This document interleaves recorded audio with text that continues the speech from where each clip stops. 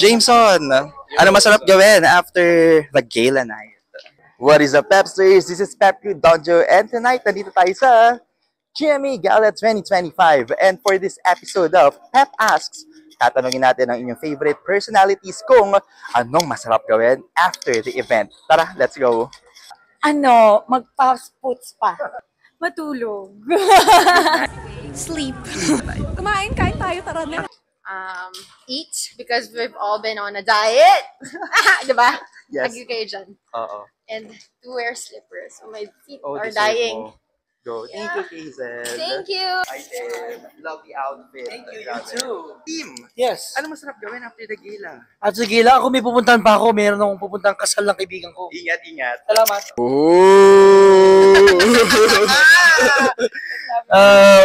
Masarap pumunta sa hotel room at magpahinga. Masarap pumunta sa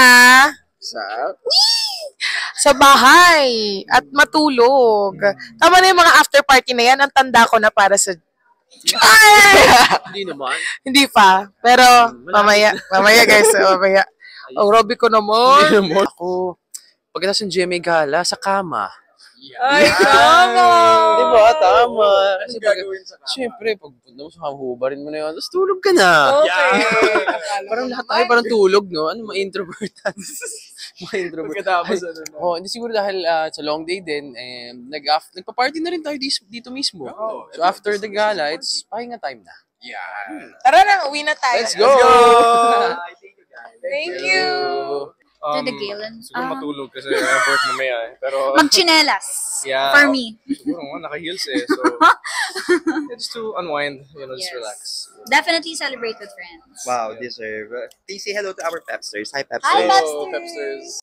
And that's it, Pepsters! Comment down the question you want us to ask and kung para kanino. Who knows, baka sila na ang next nyong mapanood sa Pep Asks.